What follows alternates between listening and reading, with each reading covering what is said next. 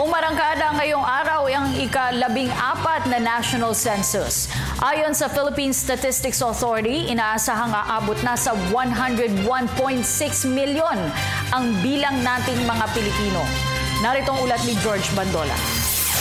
Noong 1903, unang isinagawa ang census, 7.6 million na ang Filipino noon. Nang huling gawin ang census noong 2010, umabot na sa 92.3 million ang populasyon. Ngayong ikalabing census, inaasahan na abot na sa 101.6 million ang bilang ng mga Filipino.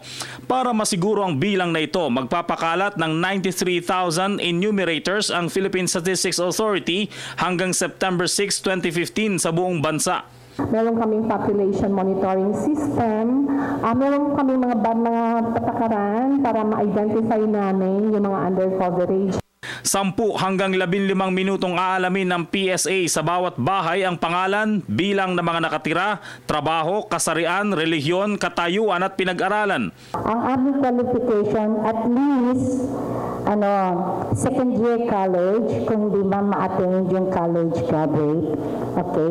Doon sa mga lugar na hindi makakuha ng at least second year college, pwedeng at least high school graduate, as long as capable. Pero nilinaw ng PSA na hindi isasama sa National Census ang dayuhang ambassador, foreign diplomatic representatives and their families. Gayon na rin ang mga dayuhang estudyante at empleyado na mamamalagi lamang sa bansa ng kulang sa 1 taon.